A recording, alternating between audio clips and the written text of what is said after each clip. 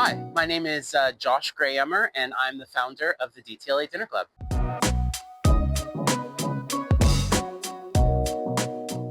So the DTLA Dinner Club was started with just me and my roommate back in 2010. Moved into this loft, and we had this beautiful rooftop, and we wanted to meet our neighbors and make friends. So we decided that we would cook every single Wednesday for a whole year, 52 weeks in a row, and then just invite anyone over that we uh, met in the neighborhood or that we saw in the building. It was too much work. It was exhausting, but it was super fun.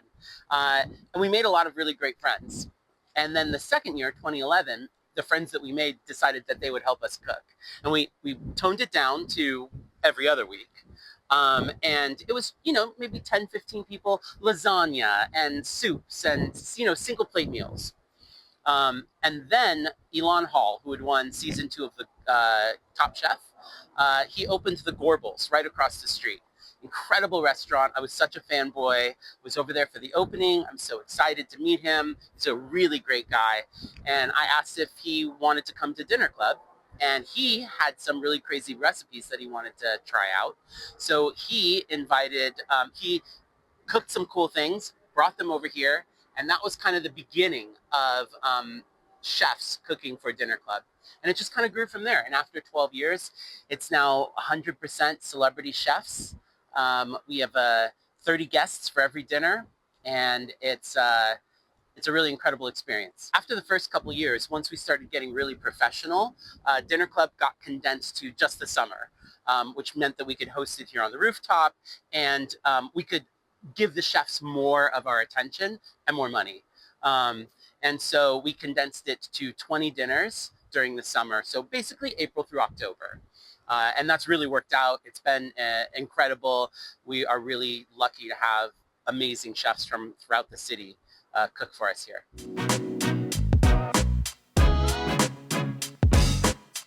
So at the beginning, it's just me and my friends, people we've met throughout the neighborhood. There was no list. It was an open door policy. We overcooked and we always had enough food for everybody.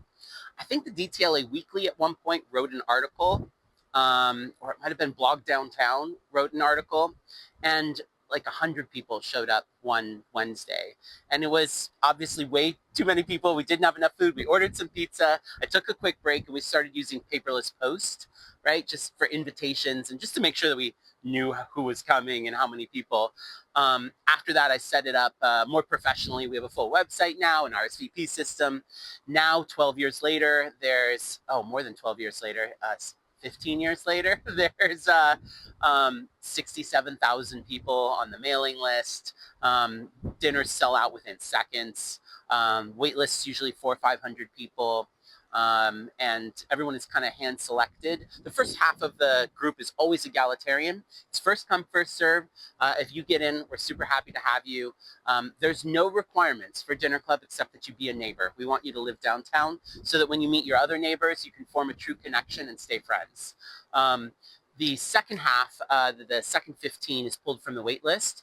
And I work hard to sort of give an opportunity to people who've been waiting for a while, or make sure that people are a good mix for the guests who are already attending. Seating is always assigned. I split up couples, and I try and foster conversations.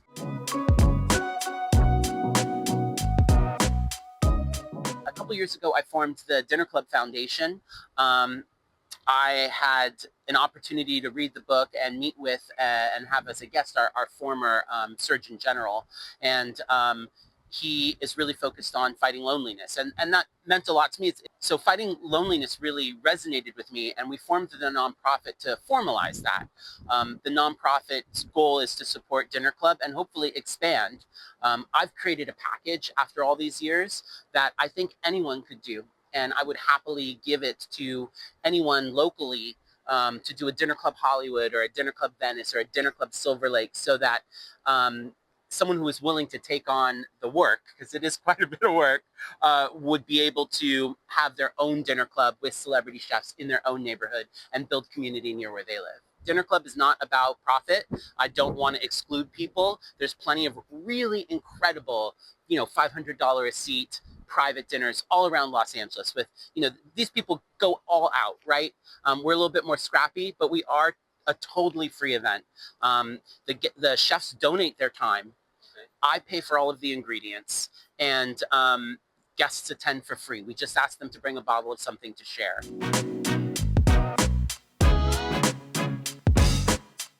So yeah, when we first started, we just had a bunch of IKEA furniture up here. It would fall apart every couple years, and we'd simply replace it. In 2019, we had some really great sponsors. I had a little bit of extra cash, and I wanted to do something special, maybe upgrade the experience.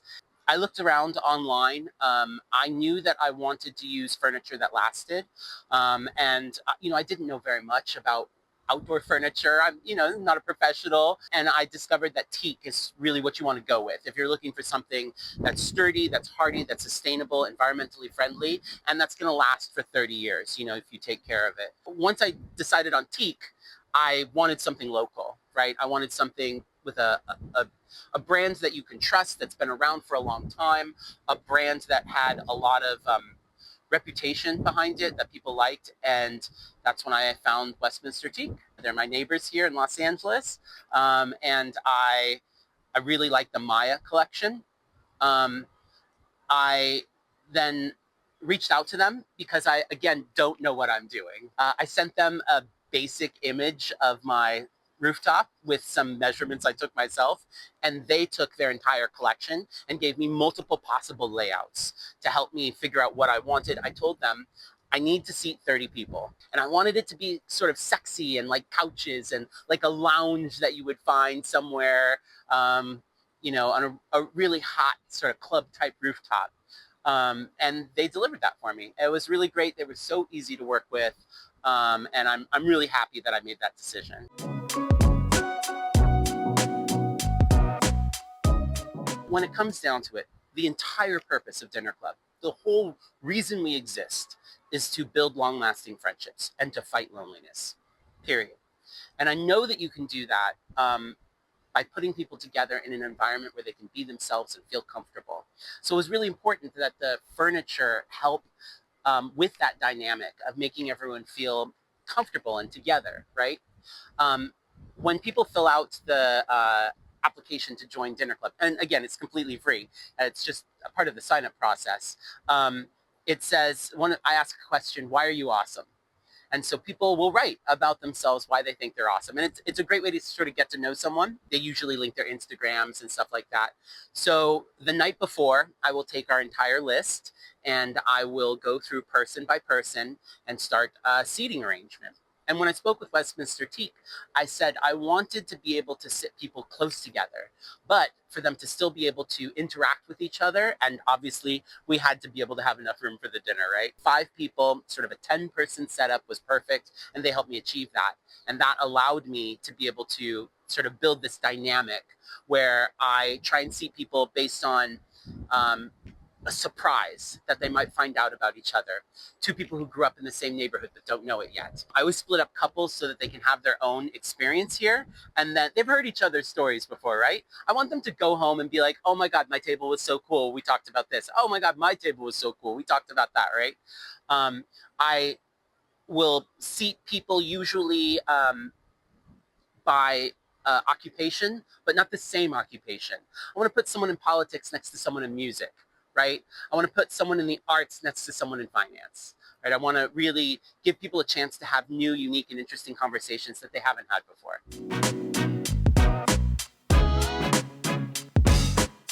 We have long-term friendships, people who've met at Dinner Club and, 10 years ago and are still very close friends. One of my favorite things to see at a dinner club is people exchanging phone numbers, right? I know that they're going to meet up later. I know that they're going to take this past just a meal together tonight.